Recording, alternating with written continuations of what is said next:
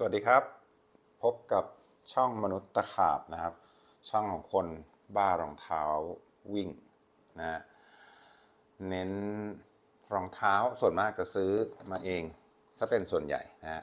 เราก็จะมาเทียบกันให้ดูวันนี้กับ Mizuno Wave Rebellion นะครับรองเท้ากบฏที่ตอนนี้กำลังเป็นกระแสกันนะว่ารองเท้าออกมาแล้วมันหายไปไหนกันหมดแป๊บเดียวเองนะครับขายดีมากๆนะกับ Rebellion Wave Rebellion 2 Pro 2นะครับหลังจากผมเป็นคนไม่ค่อยชอบหารายละเอียดรองเท้ามากนะก็ไม่ได้เน้นสเปคอะไรมากมายนะครับเน้นความรู้สึกเรามาดูกันว่าจากการสังเกตของผมนะรองเท้าคู่นี้มันมีอะไรเปลี่ยนไปบ้างนะครับอย่างแรกเลยนะก็น่าจะเป็นที่เห็นชัดที่สุดนะครับโฟมวันนี้เห็นชัดแล้วนะฮะโฟมด้านบนนะครับเป็น Mizuno Inercy Light Plus นะส่วนด้านล่างเป็น Mizuno Inercy นะไลท์เฉยๆนะครับวัสดุมันต่างกันชัดเจนนะด้านบนเป็นโฟม Super Critical ค่อนข้างแน่นอนนะฮะลักษณะเหมือน Super Critical ทั่วไปก็คือเนื้อละเอียดมันวาวนะครับคล้ายมุกหน่อยๆนะวัสดุไม่ปรากฏนะครับว่าเป็น EVA PBAX หรืออะไรนะด้านล่างเป็นโฟมเม็ดแบบเดิมนะครับรุ่นเดิมเป็นโฟมแบบเดียวกันหมดนะด้านบนกับด้านล่างนะลองดูความนุ่มนวลนะครับแล้วลองดูคู่นี้นะอันนี้ด้านล่างเหมือนกันนะครับนี่คือข้อแรกที่ต่างกันข้อที่2คือการล็อกส้นเท้าที่ต่างกันนะแต่อันนี้ไม่ได้มีนัยยะสำคัญสักเท่าไหร่บางท่านถามว่ามันล็อกดีไหมหลุดส้นไหมผมไม่เจออาการนะทั้งวิ่งช้าวิ่งเร็วก็ไม่มีอาการหลุดส้นนะครับรุ่นเก่าเขาก็ไม่ได้แข็งมากนะครับก็ไม่ได้มีอาการหลุดเช่นกันแต่แบบนี้จะล็อกบางคนและรวมทั้งผมด้วยจะคิดว่าแบบนี้ล็อกดีกว่านะอันนี้ก็ถือว่าโอเคเลยทีเดียวล็อกดีนะครับไม่มีปัญหาอะไรการสวมใส่มาที่สิ่งที่ผมสังเกตกันดีกว่าไม่ทราบจะมองเห็นชัดไหมนะฮะส่วนเรื่องไซส์เนี่ยผมใส่เท่ากันนะครับรองเท้ายาวกว่ากันแค่มิล2 มิลเท่านั้นเองนะฮะรุ่นใหม่ยาวกว่ากันแค่มิล2 มิลผมก็ไม่แน่ใจว่ายังไงแต่ถ้าเป็นผมคงเลือกไซส์เดิมนะครับรองเท้าถ้ามองในมุมนี้นะท่านจะเห็นว่า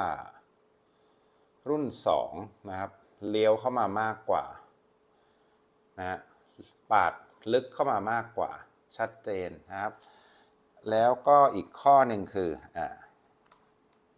ด้านท้ายนะด้านท้ายมีองศาความเชิดที่มากขึ้นประมาณ3 มิลลิเมตรนะมันทำให้ท้ายสูงกว่ารุ่นเดิมประมาณ3 มิลลิเมตรนี่บางท่านอาจจะคิดว่ามันทำให้วางเท้ายากหรือเปล่านะยิ่งถ้าเป็นคนลงส้นผมเป็นคนวิ่งลงส้นนะครับไม่ได้มีอาการรู้สึกว่ามันผิดแปลกอะไรกับรองเท้าปกติถ้าท่านไม่ได้เป็นคนที่ตอกส้นโอเวอร์สไตร์แบบนี้นะฮะคือวางเท้าในมุมนี้แล้วเลยตัวไปมันจะไม่มีปัญหานะครับผมวางแนวนี้แล้วรองเท้าก็กระดกลงแบบนี้นะเป็นปกติคือพอวางแนวนี้ปุ๊บตรงเนี้ยตรงมุมแหลมเนี่ยทั้ง2รุ่นนะฮะมันจะพยายามยุบตัวเห็นไหมครับมันจะยุบตัวลงไปนะฮะไม่ต้องกังวลว่ามันจะรู้สึกแปลกแยกอะไรแต่รองเท้าใหม่ๆมุมมันจะคมหน่อยนะมุมมันจะแหลมเห็นชัดหน่อยนะครับพอใช้ไปคู่นี้เกือบ100ลองสังเกตดูว่ามุมความแหลมมันหายไปนะฮะเดี๋ยวลองดูอีกคู่หนึ่งคู่นี้วิ่งไปแค่2-3 ครั้งน่าจะเห็นชัดว่ามันเป็นของใหม่กว่าเห็นไหมครับ มุมตรงนี้มันจะยังแหลมอยู่นะพอมุมตรงนี้แหลมเวลาวิ่งเนี่ยบางท่านที่บอกว่ารองเท้ามันดันเท้ามันเกิดจากตรงนี้นะครับมันเป็นมุมแบบนี้พอสัมผัสแล้วมันจะดันขึ้นไปแบบนี้นะครับมันก็จะดันบริเวณอุ้งเท้ารู้สึกว่ารองเท้ามันดันบริเวณอุ้งเท้าต่อเมื่อท่านใช้ไปสักพักหนึ่งนะฮะเกิน 20-30 กิโลอันนี้แล้วแต่บุญกรรมและน้ำหนักของท่านผมเป็นคนน้ำหนักเยอะมันก็จะหายเร็วหน่อยนะครับพอมันหายไปมันก็รู้สึกไม่มีอาการดันอุ้งนะฮะมันไม่ใช่ความเคยชินแต่มันเป็นการยุบไปนะฮะเข้าที่เข้าทางแล้วนะครับหลังจากมันยุบไปเนี่ยผมได้ความรู้สึกอีกอย่างหนึ่งคือไอ้มุมแหลมตรงเนี้ยนอกจากมันไม่ดันอุ้งแล้วมันช่วยรองรับอุ้งเท้านะฮะได้ดีช่วงกลางเท้าได้ดีกว่ารองเท้าปกติทั่วไปซึ่งไม่มีมุมตรงนี้คือพอมันรับได้เต็มที่ช่วงกลางเท้าอุ้งเท้าเนี่ยทำให้เราสามารถกล้าที่จะลงแรงนะครับเวลาลงเท้าลงแรงได้เต็มที่มากขึ้นนะฮะเรากล้าที่จะเหยียบลงเร็วขึ้นเท้าก็จะสัมผัสพื้นน้อยลงนะฮะคือมันแตะปุ๊บแล้วมันก็ยกมันเต็มเท้าเร็วเราก็ยกเท้าได้เร็วนะครับนี่ก็คือข้อที่2นะฮะที่ต่างกันคือโฟมด้านบนด้านล่างเป็นคนละชนิดอันนี้เป็นแบบเดียวกันทั้งหมดนะฮะถ้าท่านถามว่ามี1อยู่แล้วจะซื้อ2ทำไมนะครับมันคล้ายกันมากทรงมันคล้ายกันมากตอบกันเลยว่ามันต่างนะตรงนี้นะฮะโฟม Inercy Light Plus นุ่มและเด้งกว่าโฟมอันนี้ชัดเจนนะครับโฟมอันนี้จะรู้สึกเป็นยางกว่าแน่นกว่านะครับถัดไปอันที่3นะฮะลองดูมุมนะครับที่เลือกคู่นี้มาเพราะว่าคู่นี้สีสว่างนะฮะมันจะเห็นชัดกว่ารองเท้าคู่กันเนี่ยมันมองอะไรไม่ค่อยเห็นนะลายมันพรางไปหมดต่อนะครับลองสังเกตความเชิดนะแนวและความเชิดของทั้งพื้นและแนวชั้นบนชั้นล่างนะครับในการวางแผ่นคาร์บอนนะตรงสีนี่ก็คือแนวแผ่นคาร์บอนนะลองมาดูคู่นี้สังเกตว่ายังไงครับสังเกตว่าความเชิดมันมีเยอะกว่านะในขณะที่รุ่นนี้แผ่นคาร์บอนด้านหน้าวางต่ำลงมานะครับพื้นที่ส่วนนี้มีความบางลงกว่ารุ่นเดิมชัดเจนนะฮะส่วนล่างมีความบางมากกว่าชัดเจนคือเปลี่ยนแนวแผ่นคาร์บอนนั่นเองในเมื่อแผ่นอยู่ต่ำลงนะเวลากดมันก็จะสะท้อนพื้นเร็วขึ้นนะครับและมันยกเชิดท้ายมากกว่านะก็เลยมีความเรียกว่าเปลี่ยนองศาในการวิ่งก็แล้วกันนะในการเปลี่ยนองศาในการวิ่งเนี่ยก็ทำให้หน้าทิ่มมากขึ้นนะครับกดพอเท้ากดลงไปแล้วสามารถยกเท้าได้เร็วขึ้นงัดส้นเท้าได้เร็วขึ้นนี่ก็เป็นข้อดีหนึ่งที่เห็นได้ชัดของรุ่นที่2ถ้าเทียบกับรุ่นที่1นะรุ่นที่1จะยังไม่เชิดมากนะครับข้อที่3นอกจากอันนี้ผมไม่ได้วัดเป็นตัวเลขชัดเจนให้ดูนะแต่ว่าคือแค่มองและยืนก็รู้สึกแล้วว่ารองเท้า2คู่นี้2รุ่นนี้มันต่างกันชัดเจนนะในการวางหรือยืนคู่นี้เท้าเราจะไม่ไหลหน้าไม่เทหน้ามากมายนักนะฮะแม้ว่าสแต็กไฮท์ด้านหน้าและด้านหลังจะดูเหมือนเท่ากันนะครับคือด้านหน้าเนี่ยประมาณ40นิดนะฮะด้านหลังเนี่ยอันนี้เขาก็คือหนาแค่40เช่นกันแต่ถ้าสูงจากพื้นเนี่ยราวๆ50กว่านะครับในรุ่นเดิมเนี่ยหนาประมาณ50เศษต่อเมื่อวัดด้านในแล้วนะฮะใช้เครื่องมือวัดผมใช้เครื่องมืออันนี้วัดนะว่ามันสูงกว่ากันนะคือเราจิ้มลงไปแล้วนะครับจิ้มลงไปแบบนี้สำหรับ2มันติดกับพื้นนะฮะแต่พอเอามาจิ้มลงไปกับเครื่องนี้กับคู่นี้นะครับมันไม่ติดครับห่างกันประมาณอย่างน้อยมี5มิลลิเมตรก็หมายความว่าส้นเท้าเราสูงจากพื้น นะฮะในคู่นี้มากกว่าคู่นี้อย่างน้อยราวๆ5มิลลิเมตรเป็นอย่างน้อยนะฮะซึ่งจริงๆแล้วมันจะดูเยอะกว่าซะด้วยเพราะว่าคู่นี้ถ้ามองคืออยากตัดรองเท้าให้ดูนะครับแต่ไม่กล้านะแนวของอินโซเนี่ยมันเชิดขึ้นนะฮะเนี่ยมันจะเชิดขึ้นในบริเวณนี้นะฮะอยู่บริเวณนี้เลยทีเดียวในขณะที่แนวอินโซของคู่นี้มันจะอยู่แค่บริเวณนี้นะมันต่ำกว่าคือพื้นด้านหน้าและด้านหลังเนี่ยสูงต่างกันไม่เยอะมากเท่ารุ่นใหม่นะรุ่นใหม่เนี่ยยืนแล้วถ้าถามกันจริงๆเนี่ยผมว่าเป็นรองเท้าที่ดรอปน่าจะอยู่ราวๆ40ข้างหน้าเนี่ยเขาวัดกันได้ประมาณ48นะข้างหลังเขาวัดกัน60 58ถ้าผมบอกกันตรงๆเนี่ยผมว่าดรอปมันเกินน่าจะเกือบเกิน15ซะอีกนะฮะมีความรู้สึกว่าหน้ามันเทมากนะครับเท้าเราเนี่ยเทไปอยู่ข้างหน้าตลอดนะมันจะเทอารมณ์นี้เลยแต่พอเรายืนเนี่ยพอเรายืนถ้าเรายืนด้านหน้าเฉพาะด้านหน้าอย่างเดียวโดยให้ตรงนี้แนบกับพื้นนะครับมีระนาบกับพื้นเนี่ยเราจะรู้สึกชัดเจนแต่ถ้าเรายืนทิ้งน้ำหนักหน่อยช่วงนี้จะยุบลงมาเราก็จะรู้สึกเทน้อยลงนะแต่ในการวิ่งจริงเนี่ยเราลงแค่ตรงนี้แป๊บเดียวแล้วเวลาเราถีบออกเนี่ยมันอยู่ตรงนี้พออยู่ตรงนี้เวลาอยู่ตรงนี้แล้วท้ายมันยกสูงเนี่ยมันก็ทำให้มุมในการกดส่งมันไปได้ง่ายขึ้นกว่ารุ่นเดิมนี่ก็เป็นอีกสาเหตุหนึ่งนะครับที่รองเท้ารุ่นใหม่มันไหลขึ้นนะไหลเร็วขึ้นแค่ก้มหน้านิดเดียวก็รองเท้าก็พร้อมจะพุ่งไปข้างหน้าทันทีนี่ก็เป็นหนึ่งในเรื่องที่ผมสังเกตเห็นนะครับจากรุ่นที่1และรุ่นที่2 3ไปแล้วข้อ4นะฮะก็หลายท่านถามว่ามันรุ่นเดิมมันเป็นแบบนี้ด้านในนะรุ่นด้านในมันเว้าเข้ามาแบบนี้นะครับรุ่นใหม่ต่อให้เต็มแล้วแบบนี้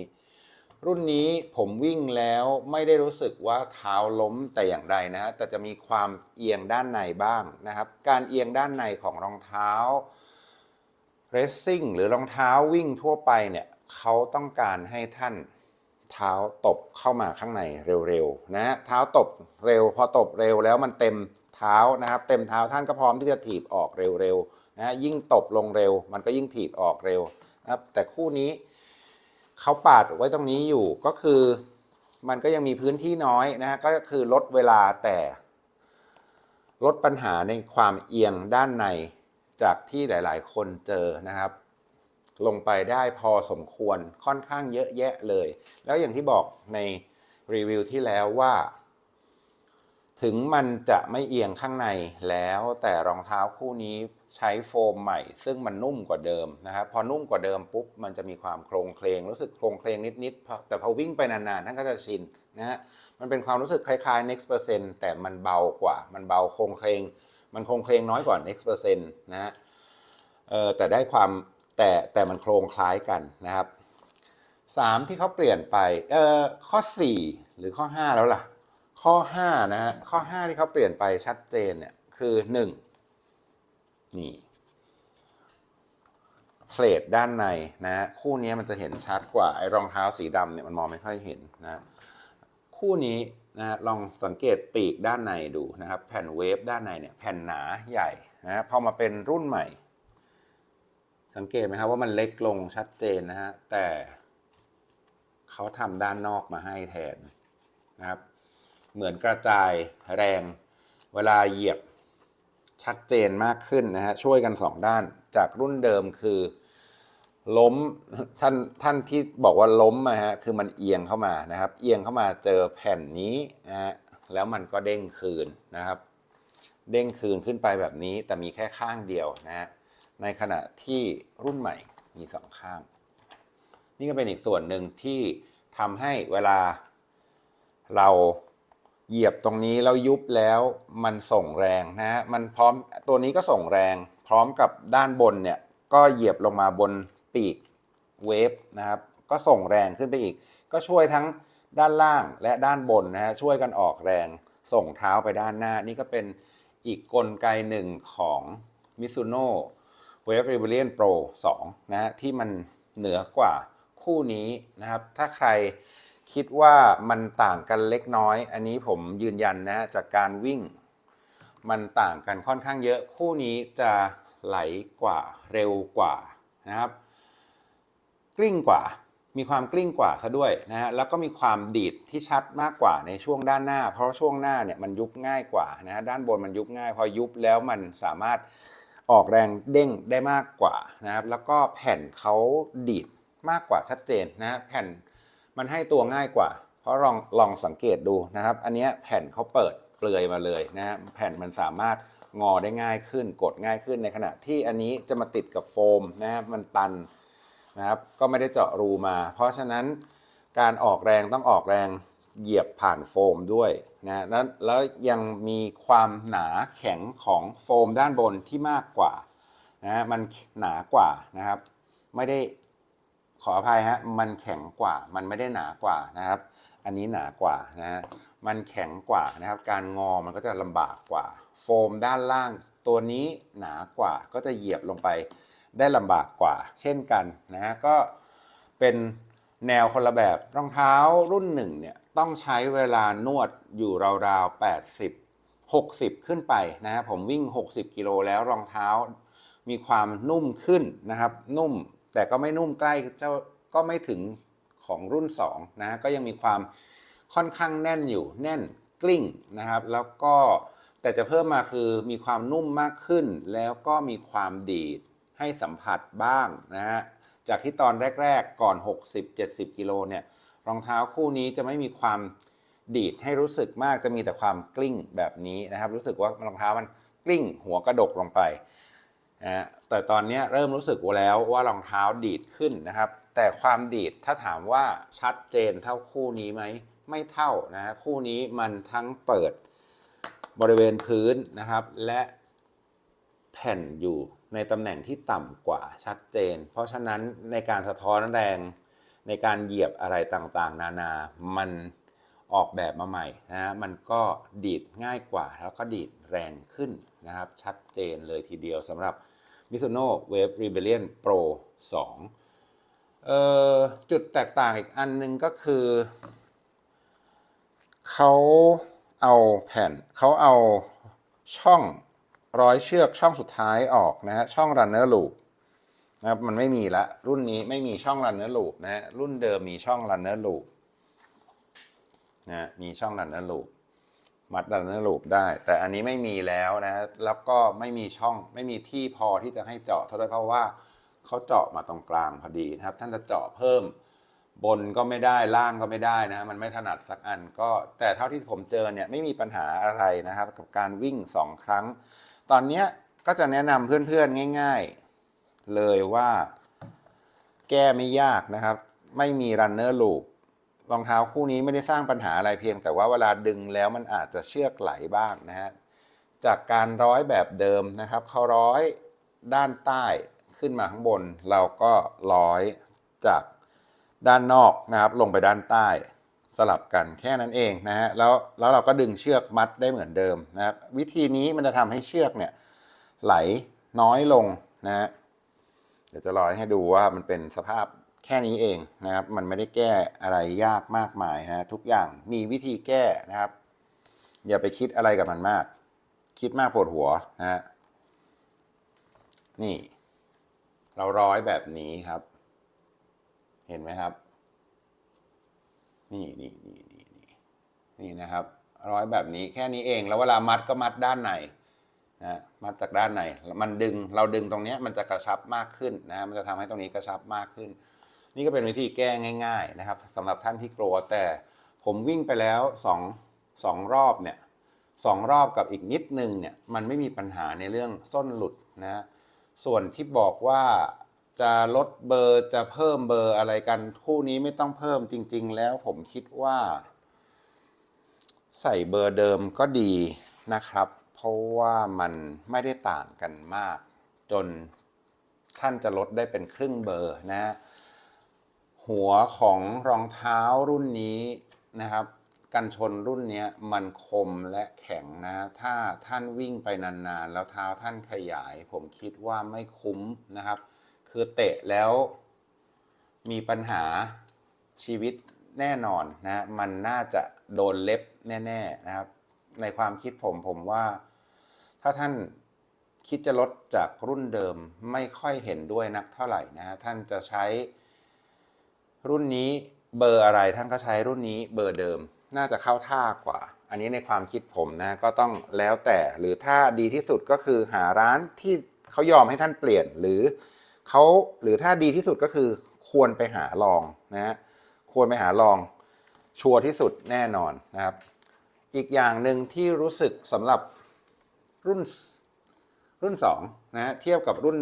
1ที่ต่างกันชัดเจนนะครับคือความรู้สึกเวลายกรองเท้าใต้เท้าแม้ว่ารองเท้ารุ่น2จะเบากว่ารุ่นนี้เพียง5 กรัมแต่เวลาวิ่งแล้วรู้สึกว่ารองเท้ามันเบากว่าอย่างรู้สึกได้ชัดนะยกง่ายกว่านั่นก็อาจจะเป็นด้วยเรื่องการออกแบบอย่างหนึ่งละเรื่องการออกแบบแผ่นเรื่องอะไรซึ่งทำให้มีความโกงในการกลิ้งแล้วก็การยกเท้ามากกว่านะครับอีกอย่างหนึ่งคือ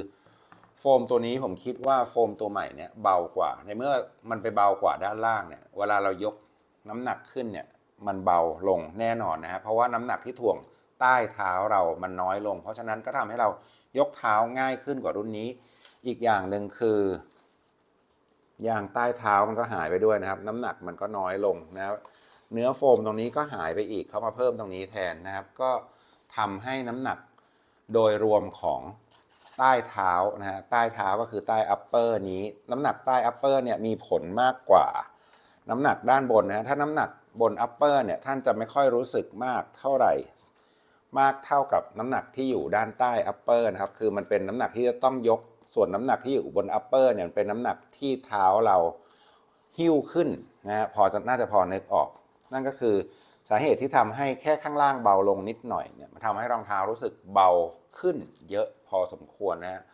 ออกจะคล้ายๆแนวเดียวกับการเปลี่ยนล้อ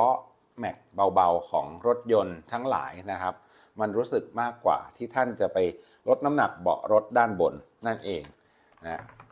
ก็นี่น่าจะเป็นการสรุปรวมๆนะครับของ Mizuno Wave Rebellion 1 และ2นะว่ามันมีอะไรต่างกันส่วนอย่างอื่นเท่าที่ผมเห็นนะเขารีดน้ำหนักทุกอย่างนะครับลองดูยางคู่นี้นะรอยต่อระหว่างดอกกับอันนี้นะครับรอยต่อระหว่างดอกบางลงไปเยอะแต่ดอกนะพื้นที่ใหญ่เท่าเดิมนะครับสี่เหลี่ยมที่เป็นขนมเปียกปูนนะใหญ่เท่าเดิมนะมีความเกาะจิกเท่าเดิมนะครับอันสุดท้ายที่อันนี้เปลี่ยนไปจากรุ่นนี้แต่ผมยังไม่เห็นประโยชน์อะไรชัดเจนนักนะเพราะว่ามันของเดิมไม่เคยมีปัญหานั่นก็คือลิ้นรุ่นเดิมเขามีที่ร้อยเชือก2 อันนะรุ่นใหม่เขาเพิ่มมาอีกนะครับเขากลัวลิ้นจะเลื่อนแต่อันนี้ไม่มีปัญหานะฮะมี2ตรงนี้แล้วมี2ที่แบบเดิมแล้วมีตรงกลางเพิ่มมาอีกนะครับช่วยดึงกันประคองแต่มิซูโน่ไม่เคยมีปัญหานะกับเรื่องลิ้นลื่นไหลนะเท่าไหร่ลิ้นเขาบางมากนะลิ้นบางมีข้อดีคือมันโปร่งมันเบามันสบายนะครับแต่ข้อเสียอาจจะทำให้เกิด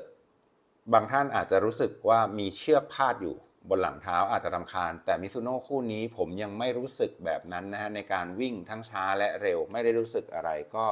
ถือว่าโอเคนะครับก็นี่ก็อย่างที่ว่าป้ายยาไว้เมื่อเช้าว่านี่ก็เป็นรองเท้าที่มาฆ่าคู่นี้โดยตรงนะสำหรับผมแล้วคือปกติคู่นี้เป็น1 ใน 5ที่ผมชอบนะครับเพราะหลังๆมาผมไม่ซื้อรองเท้าซ้ำรุ่นนะฮะแล้วก็เปลี่ยนสีใหม่เลิกแล้วนะครับเลิกซื้อแบบนั้นแล้วเพราะว่าที่เริ่มจะไม่ค่อยมีนะต้องประหยัดที่บ้างแต่อันนี้เป็นรองเท้าที่ชอบจริงๆแต่พอเจ้านี่ออกมาแล้วได้วิ่งเนี่ยผมเริ่มรู้สึกแอบเสียดายหน่อยๆว่าจริงๆไม่ต้องซื้ออันนี้มาถึง2 คู่ก็ได้ทั้งๆที่มันเนี่ยเป็นรองเท้าที่ผมถูกใจมากๆนะ ทั้งปีที่แล้วและก็ปีนี้ก็ยังเป็น1 ใน 5รองเท้าที่ผมถูกใจแต่พอมาเจอกับรุ่น2แล้วผมมีความรู้สึกว่าเนี่ยแหละเป็นรองเท้าออกใหม่ในปีนี้ที่ผมชอบแล้วก็ถูกใจมากๆเลยทีเดียวคู่หนึ่งนะอีกคู่หนึ่งก็อย่างที่บอกก็เป็นพระเอกของผมเองคู่นั้นก็คือเป็นรองเท้าที่ทำให้ท่าวิ่งสวยงามเช่นกันนะอีกอย่างหนึ่งคือถ้าจะถามว่ารองเท้าคู่นี้ลงส้นผมก็อธิบายไปแล้วเนาะลงส้นวิ่งได้นะครับแล้วก็สบายนะแล้วรองเท้าคู่นี้เนี่ยทำให้ผมมีความรู้สึกว่าท่าวิ่งมันสวยดีนะฮะเวลาลงเท้าเนี่ยแทนที่จะลงผมจะลงบริเวณนี้ปกติจะลงบริเวณนี้รองเท้ามันบังคับให้ลงอยู่แถวๆนี้แทนนะฮะแล้วเท้าก็จะตบหน้าเร็วๆทันทีแบบนี้ดังฟึบฟึบฟึบฟึบเสียงก็เพราะซะด้วยเสียงดังป๊อปป๊อปป๊อปป๊อปไปเรื่อยๆนะครับรองเท้าที่เป็นแบบนี้ผมเจออีกคู่หนึ่งก็คือ Apex Beat Swift นะฮะมันเหมือนกับว่ามันมาบังคับให้ผมวิ่งท่าสวยๆหน่อยสิโดยผมไม่ต้องดัดอะไรนะฮะมันปรับให้ผมเองคือลงแล้วหน้าเท้าผมตบหน้าเร็วนะครับพอตบหน้าเร็วเนี่ยเท้ามันก็พร้อมจะส่งเร็วขึ้นนั่นก็ทำให้เท้าผมแช่อยู่กับพื้นนานน้อยลงนะฮะก็เป็นอะไรที่แปลกดีและชอบนะครับกับรองเท้า2คู่นี้ที่ออกมาในปีนี้นะฮะก็ต้องรอดูต่อไปว่ารองเท้าที่จะออกในปีหน้านะครับก็ยังเป็นรองเท้าที่ผมลุ้นและอยากลองนะฮะเพราะว่าผมก็ยังไม่ได้เกลียดกันนะครับกับ Nike ก็ยังรักกันอยู่ชอบนะครับเป็นรองเท้าที่ชอบเพียงแต่ว่า2รุ่นท้ายที่เขาออกมาเนี่ยรู้สึกมีความไม่ถูกจริตกับผมนะฮะค่อนข้างเยอะทั้ง Alpha Fly 2ซึ่งกัดไม่ปล่อยและ Next 3ซึ่งยวบไปหน่อยสำหรับผมนะครับโอเคครับขอบคุณที่ติดตามมนุษย์ตะขาบนะครับให้กำลังใจกันทุกช่องทางกดไลค์ Subscribe กดแชร์ Follow นะฮะทุกช่องทางทั้ง IG Facebook YouTube Thread นะครับแล้วก็ TikTok โอเคครับสวัสดีครับ